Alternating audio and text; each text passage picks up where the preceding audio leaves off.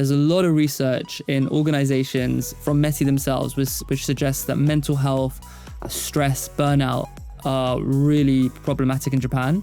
I think METI have a stat that says 84% of people within organizations report high stress, 60% of people within organizations, SMEs specifically, report mental health challenges. So it's definitely a problem. Is how do you be part of the wave of companies trying to understand what that means and what they can do about it? Hello and welcome to Asia AIM, the podcast that shines a light on the people, ideas, and innovations shaping business, marketing, and communications in Japan and across the APAC region. I'm your host, Robert Heldt, and today we're diving into what it really takes to launch and scale a SaaS brand in Japan, one of the world's most unique and challenging markets. My guest is Shay Khosrowshahi, Managing Director of YuLife Japan and Asia.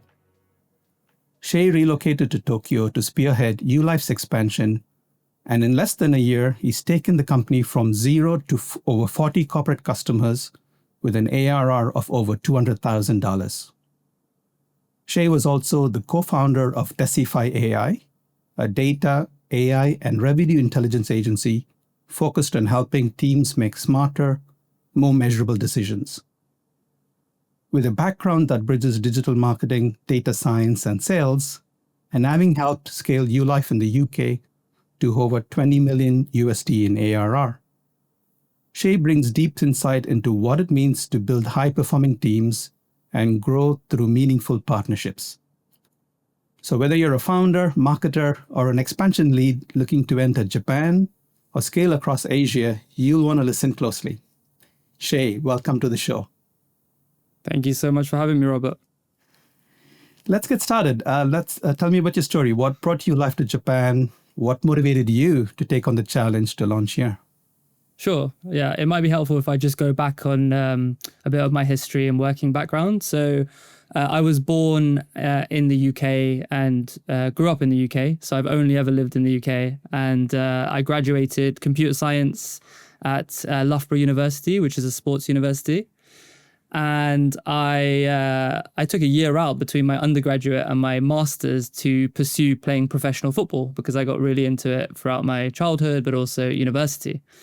And I didn't make it into a full-time professional, sadly, but I decided to embark on a master's at Imperial College London, where I first got introduced to marketing.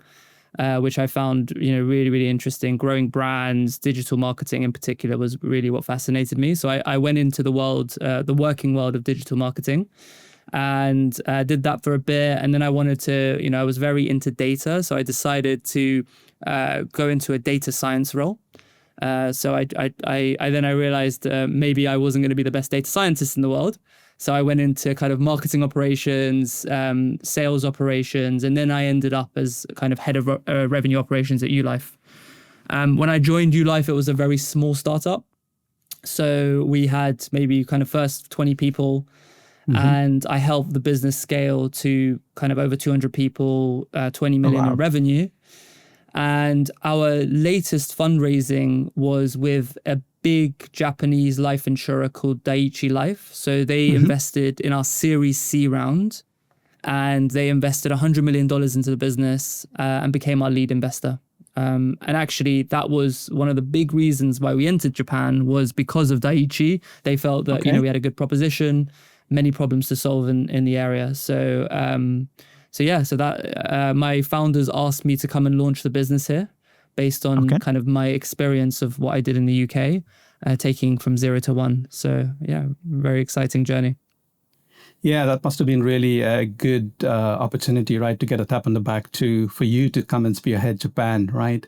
Are you glad you took it up? What was your first 90 days like? What was most surprising for you, about doing business in Japan when you got here? And have you been to Japan before? So I came once just before I decided whether I was going to take the leap to come full time. I think to answer your question, so I arrived in September, and just before that, obviously I knew I was going to come in September. The 3 months prior, so I think I found out I was coming in June. So from June, July, and August, I realized that I needed to build a network because I had no network. So a colleague of mine, Lewis, who was coming out with me for the first kind of 5 or 6 months, decided that we were going to run a competition within the UK office of who can reach out to more people and book more meetings for when we arrive in Japan. So it became quite a running joke in the office, who was going to win, Lewis or Shay, who was going to book more meetings. And, it was all fun and games, but actually what that meant was when we got to Japan in September, we arrived September 16th, for about the first 6 weeks to 2 months, we had about 4 to 5 meetings booked, outbound meetings booked in the diary every single day. That's fantastic. And yeah, that is what I would say has been a huge, it kind of gave us that initial momentum. And we went into every single meeting. Some meetings were not super relevant. Some meetings were, they knew someone who could be relevant, but we found a win in every single meeting, and that helped us take it to the next level. And then in terms of surprises, there's quite a few. I would say the first thing is trust, credibility, and commitment. I have seen nothing like it in Japan. People need to see that you have a localized product, you have credibility, you're in it to stay in the long run. And I think one of the problems we had in the very beginning was that, I was doing the outbound meetings with the international community, but we started to do inbound marketing, and we would get these kind of leads who would be interested in our product. But actually, I was trying to get on those sales calls with Japanese speaking clients. And immediately they could smell, right? They could smell that these guys aren't in it. They're not committing. And that was causing a huge issue with our funnel. So that was, certainly one of the big surprises. I've got quite a few more if you'd like me to share. But having Daiichi Life as, an investor, did it help you to open doors? Because, having a big Japanese company behind you, kind of takes away that hesitation, and you can probably leverage their reputation and trust in the market, their credibility. Did you do that, or did you, because you'd already called and reached out and made these appointments even before, landing in the country? That was quite brave of you and Lewis to do. So how did that work? So I think it certainly helped. There's no doubt about it. I think, we didn't officially launch in partnership with Daiichi up until, let's say, kind of April, May 2025 this year.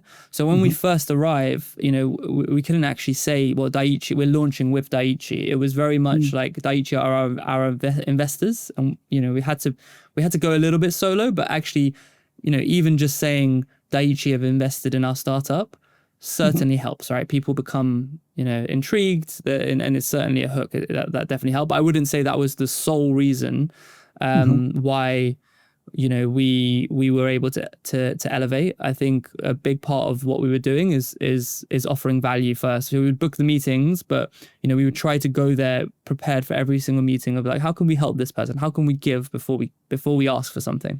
And I think that is what I would say is the primary reason for kind of the momentum build. And these meetings, were they in English or were they in Japanese? Did you have like an interpreter? I imagine. Yeah.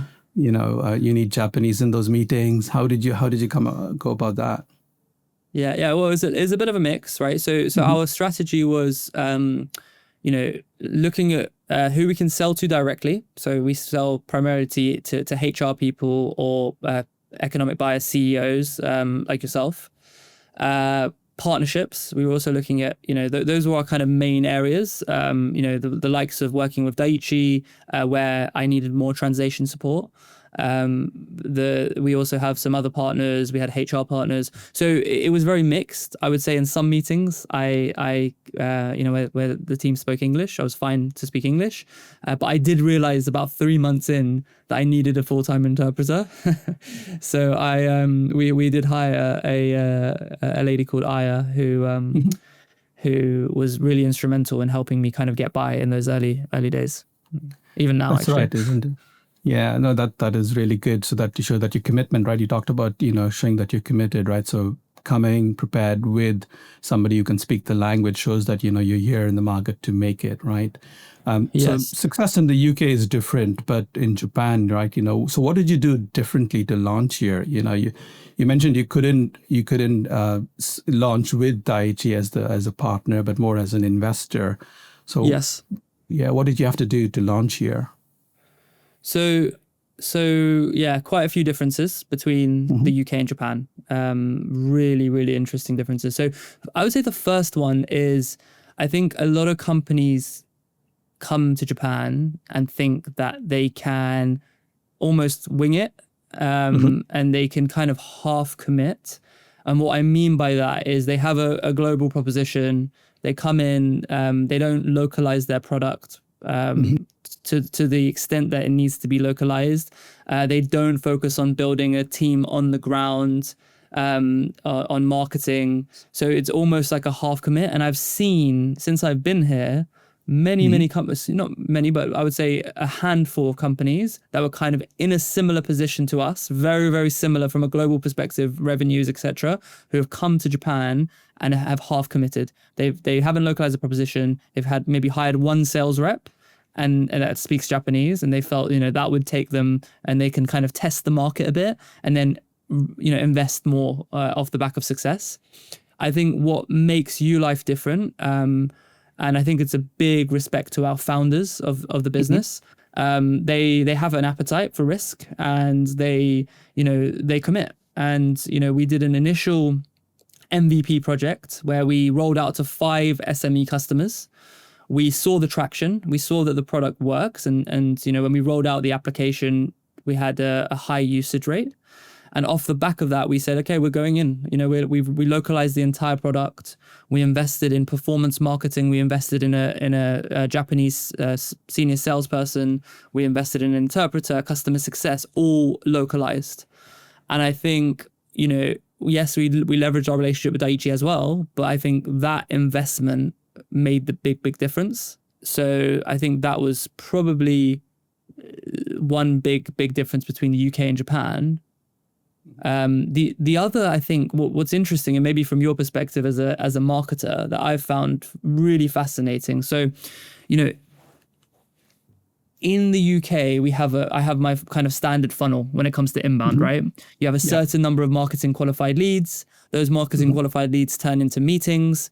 Those meetings turn into opportunities, and then the standard B2B funnel, right? Yeah. So in Japan, what we noticed early on is, of course, there's a slightly different way of buying, and there was a lot more kind of lower intent leads. And these were people who were, really trying to research. They were in the exploratory phase. They would download product documents. And, we would call these guys up, we would book meetings, and we would realize actually, they don't have the authority. They're kind of just doing research. It's very, very early stage. And what that meant was, in the UK, my funnel was very much like, okay, MQL to SQL, MQL to meeting was maybe 35%. SQL to opportunity in the UK, I would expect about 60% of meetings to turn into opportunities. But in Japan, that number was somewhere along the lines of 15 to 19%.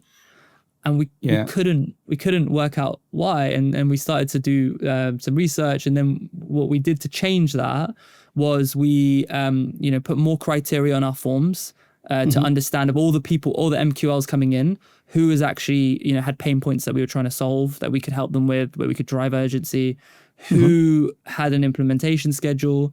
And we doubled down on those leads and reprioritized. So that massively helped. And then the second thing that really helped was, of course, as you build credibility, as you have case studies, as you have testimonials and commitment, suddenly we saw that number increasing. And of course, our sales pitch improved in Japan as well. That played an impact.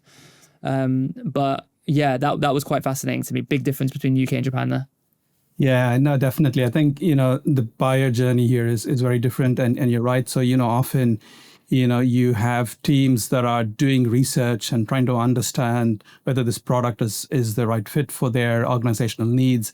And, often they are being directed by their superiors to go out and do the research, right? And Japanese buyers, they like information. They want to collect all the information before making that decision. So I think you've done a smart thing to kind of figure out which are the quality leads, what part of the funnel they are in their journey by asking more questions and adapting, right? Absolutely. Adaptation is so important, adapting your product and showing the market that, okay, yes, we've got Daiichi Life as a big investor, but we are bringing you a Japan value proposition, a Japan product tailored for your market. I'm sure that was a very smart thing that you've done. What were the other roadblocks you had to overcome, like either culturally or commercially, or even working with Japanese organizations? Were there any major roadblocks that you saw and you felt, okay, we needed to turn this around?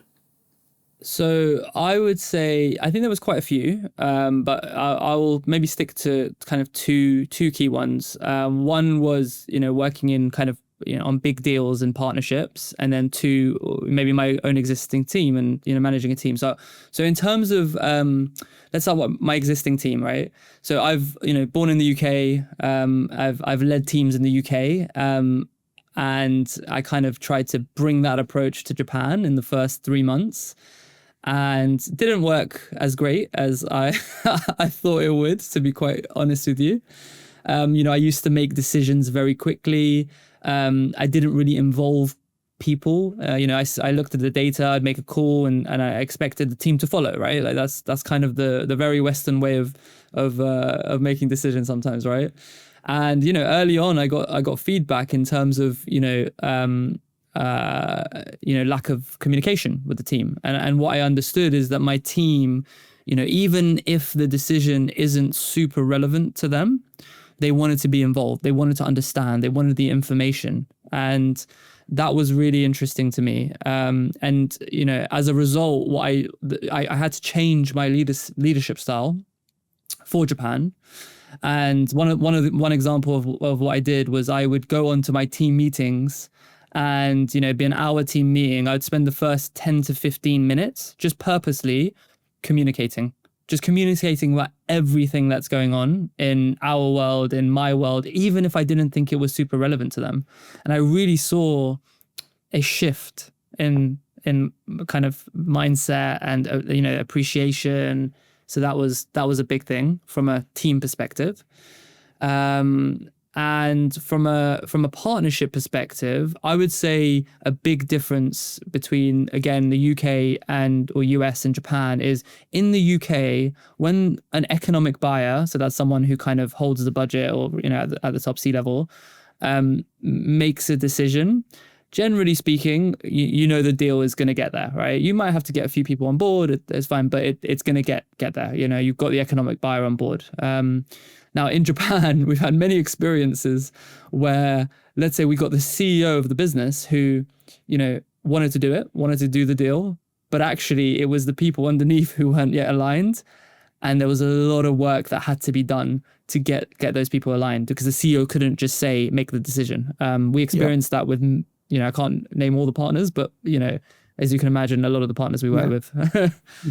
No, I think by you adapting your leadership style and understanding that, you need your team buy-in, you understood quickly the corporate culture in Japan, so that with these partnerships, you understand, okay, although the CEO, kind of wants to do it, he needs internally to get his team to get buy-in, right? So because kudos to you for adapting your leadership style very quickly, right? Because that is sometimes I see quite often a major roadblock, from, big companies coming here and trying to have this top-down management style. And, okay, this is how we do it. This is how we're going to run it. And trying to push that down to the team, right? And then what happens is you have a fragmented team. You have, lack of, engagement and interest. And it could go so wrong, right? So well done for you. Yes.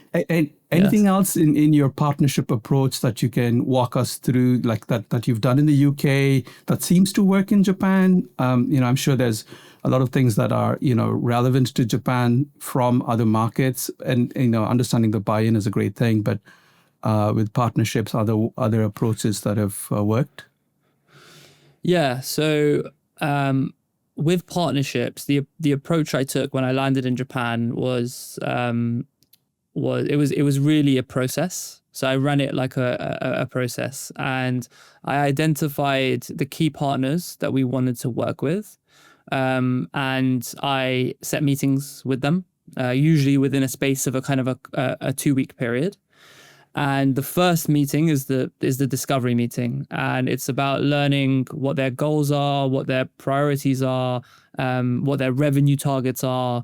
In our case, it was, are they investing, or do they see, let's say, well-being as an investment opportunity in Japan? And it's just really kind of, it's like dating, right? It's like working out whether you could be a good fit for each other. And so, I think it was in the kind of employee benefits world, we were working on partnerships. We were maybe speaking to 4 or 5, and we worked out 2 to 3 who wanted to progress the conversation with, right?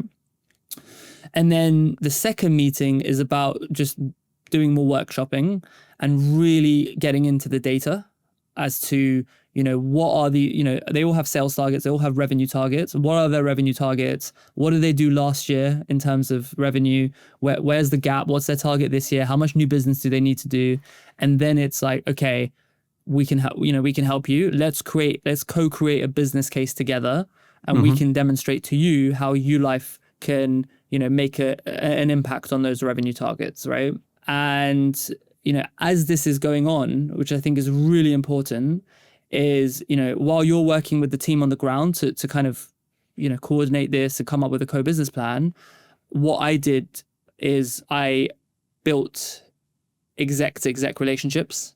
So when my CEO was in town, I would make sure that he meets with the CEO, the global CEO, or the Japan CEO of the partner. The partner, yeah.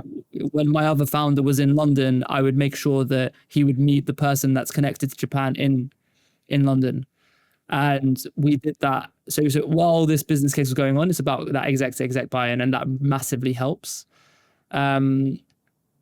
That's the approach that I have taken, and it's worked really, really well. And then of course you do proof of concepts, trials, and that sort of thing. But yeah, that's the general approach.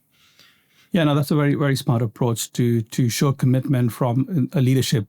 So when you have leaders in the market, always trying to make time and showing that these partnerships mean a lot to your business and to them.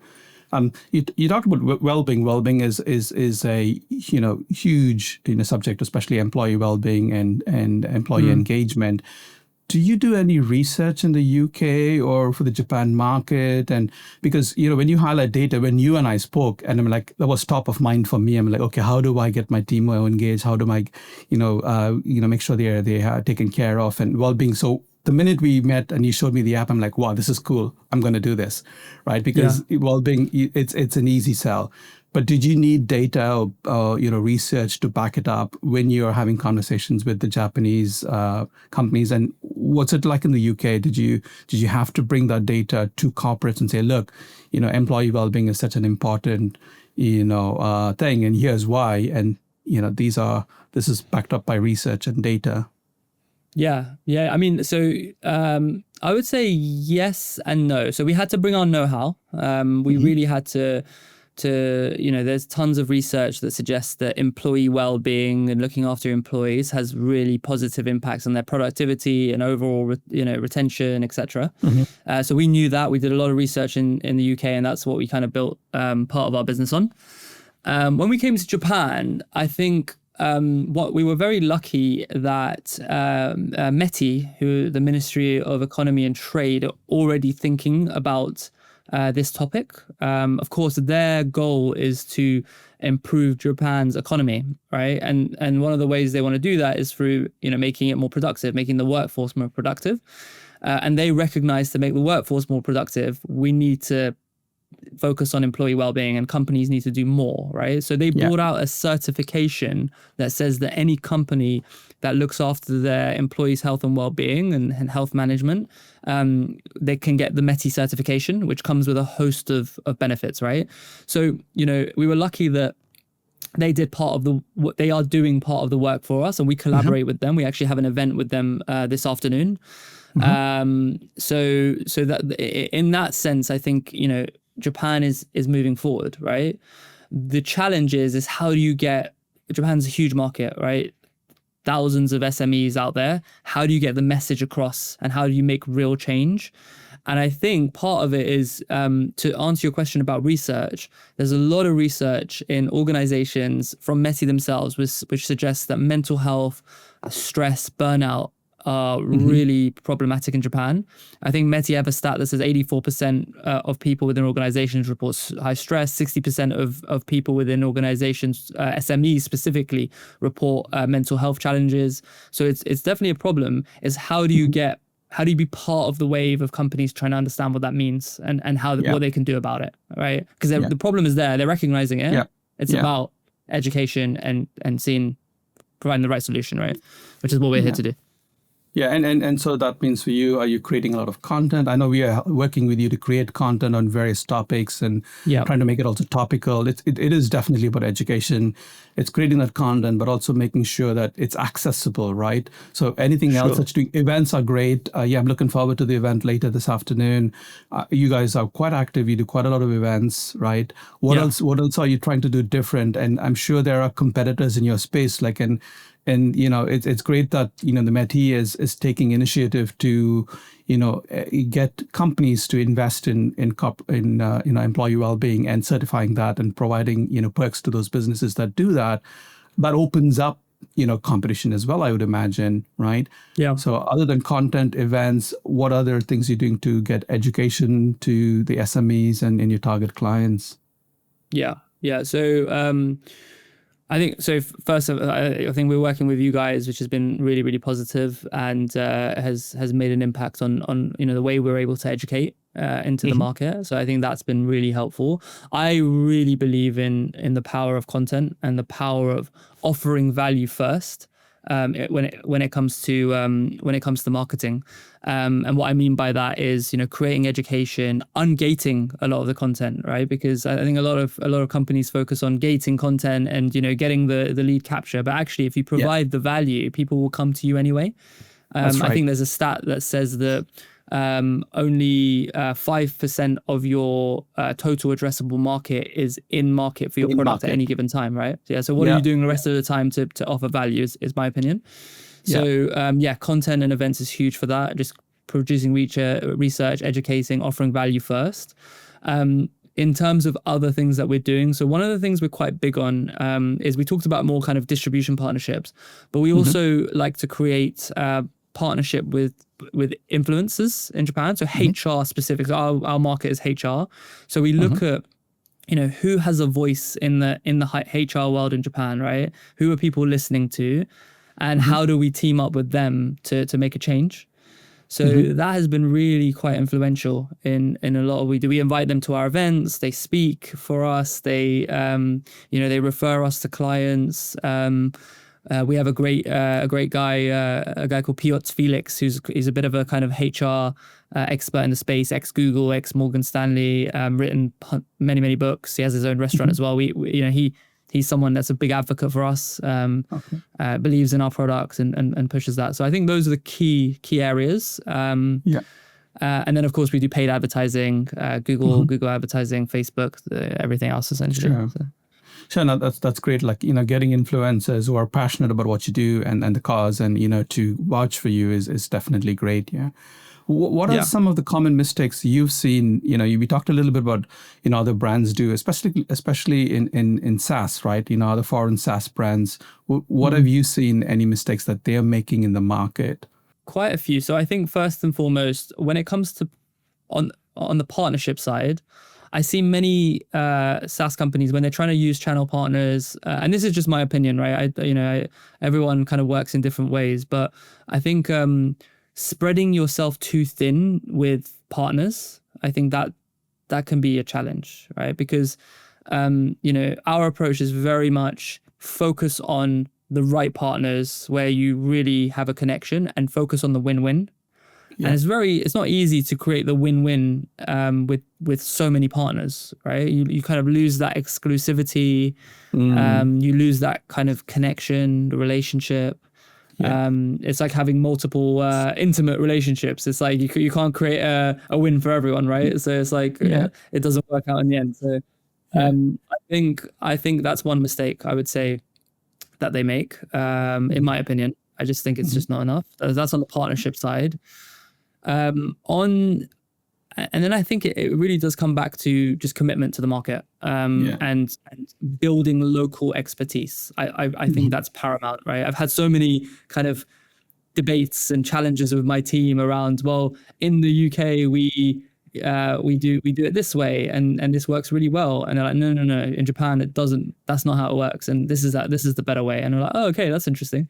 So don't underestimate that commitment to local expertise is my number one tip. Yeah, that kind of opens up to how you balance local needs and global alignment, right? Like, and I'm glad you've got a team in the UK that listens to you and says, look, this is how it's working on the ground, and this is how we need to do here. And I met your founder, and he's very open, risk averse, like really interested and passionate about the product and passionate about you're bringing to the market, right? So, but what do you need to do other than educating HQ about what the local needs are? Anything else you need to do to align especially when you're forming alliances with partners and the like? I think it can be tough, right? So we've been in Japan for a year now. We started with a proposition, and our proposition, our kind of standard proposition that we have, I think, is a good one, right? But and I think our app resonates with the Japanese market because of how it's built and the gamification. However, what we've also learned over the last year, what we could do to really cater for the local needs. We're talking about things like stress checks and health checkups, which are mandatory in Japan, right? And, from a product standpoint, we do have a stance from a global level of kind of, rolling out functions globally. So it is a bit of a dance now where, year in is like, do we want to commit and invest even more to really build a localize and tackle the opportunity, right? So I think the key is managing upwards. I think from my perspective, like you said, it's really getting people to understand the opportunity that exists in Japan if you really open it up, and setting a business case and just getting the investment, because it will pay dividends in the long run. And then, sorry, you asked about partners. Yes, right. Alliances, right? So kind of creating alliances and making sure there's alignment from, HQ. I think, again, strong communication. As I said at the beginning, like the partnership approach I had, there was, I made sure that there was exec to exec communication at all levels. I got our founders involved whenever they came to Japan. There was a meeting in the diary, talk to the working team, constantly communicating with them of why this is the right opportunity, why this opportunity, why not that opportunity, because I would get that question. And solid communication, I think, is the number one paramount. Exactly. You got to prioritize, right? Prioritize the ones that are, gonna, like you said, the win-win, having that, it needs to work for both parties, right? Yeah. Absolutely. Yeah. So how do you ensure agility without losing sight of the long-term mission as you're running YuLife and expanding it? And you've got, goals, and we talked about goals when we met, and your ambitions for the market, right? So it's great to have that long-term mission, but how do you make sure, everything's agile and, you're not losing sight of that long-term goal? Yeah, I think it's a very important question. I think agility is key in any startup, right? So I'll share with the audience my approach to this. So firstly, in terms of big mission, I'm very keen on OKRs. So these are objectives and key results. There's a great book called Measure What Matters for those in the audience to read up more about this. But essentially, it's about setting objectives, setting key results that fit with those objectives, that fit with your big mission on a quarterly basis. And these are meant to be super ambitious. They're meant to be forward thinking. If you hit all of them, then you're doing something wrong. And they should be aligned with your mission, right? And ultimately, I do that ahead of every quarter with my team in Japan. More recently, I've made it more kind of a consensual strategic approach. But it's about holding the team accountable every single quarter to hitting those OKRs, and those should align with the big mission, right? Then, in terms of agility, I believe quite thoroughly that it's about setting the right culture. How do you set the right culture? You set the values that align with your stage of the business, and you as a leader as well, right? Because it's the values deployed day in and day out, which is what creates the culture of your business, which then what creates the momentum. And I think if agility is important in a startup, then that should be part of your values. And for us, one of the big things that I talk about is urgency. That's one of my favorite skill sets in an individual, right? Is, urgency in everything that we do, urgency day in and day out. And that helps set the culture and helps align with the agility. Because there's no time in startups, right? If you waste time, you end up dying. And I think that's important.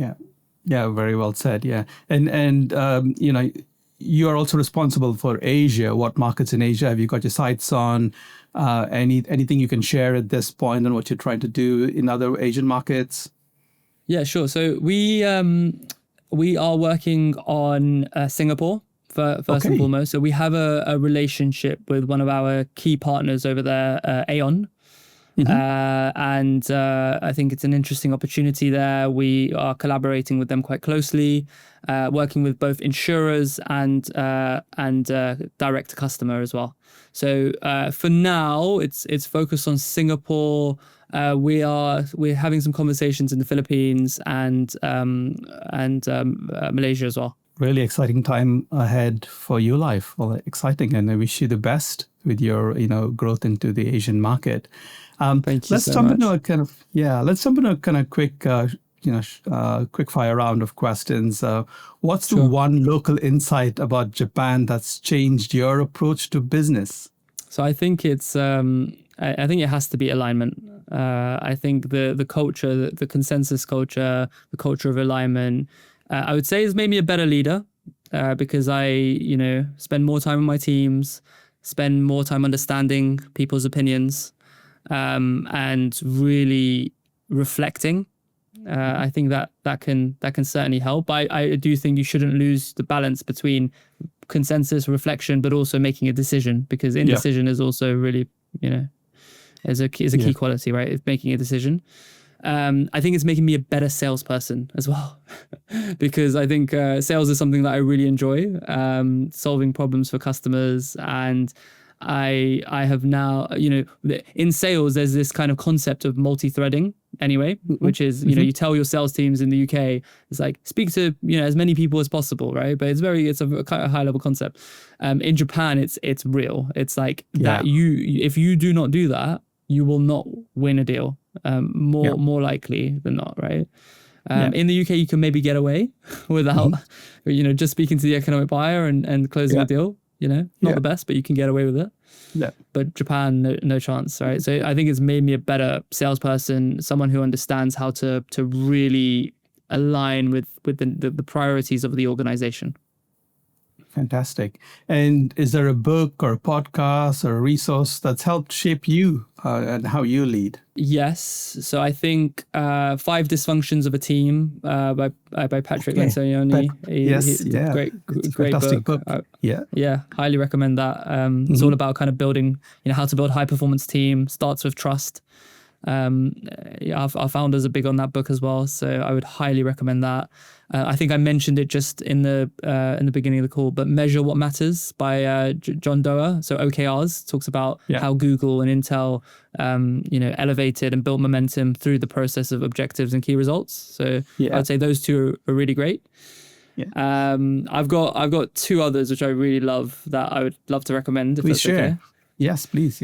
Yeah, so for sales, The Qualified Sales Leader by John McMahon. Phenomenal book. Talks about he's one of the key early kind of founders of the MEDIC methodology and philosophy. So B2B sales book, perfect. And then I'm a big fan of a guy called Alex Hormozy as well, which you may know, but he's very strong when it comes to marketing, but also sales. He's got a couple of books I would recommend: 100 Million Leads, which talks about how you generate leads, and then 100 Million Offers, which has been very interesting specifically for Japan, right? And the reason why I would recommend this book is because Japan is quite a risk-averse country, right? Like the risk is not, the appetite for risk is very low. What this book talks about is how you can take risk out of sales deals. So I don't think he thought about Japan when he was specifically writing this book, But I was able to really apply this to Japan. So for anyone listening, I would really recommend listening to reading that book. Sorry, he's got a podcast as well, so you can. Cool. Well, Shay, thank you so much for your time and sharing your experiences in Japan. And it's been a pleasure speaking to you. Thank you so much. Thank you so much, Robert, for having me. Thanks for tuning in to the Asia AIM podcast. If today's conversation sparked new ideas or insight, be sure to subscribe, rate, and share the show. For more resources, tips on doing business in Asia, or to book a meeting with our team, visit asiaimpodcast.com. Stay curious, stay connected, and we'll see you in the next episode of Asia AIM.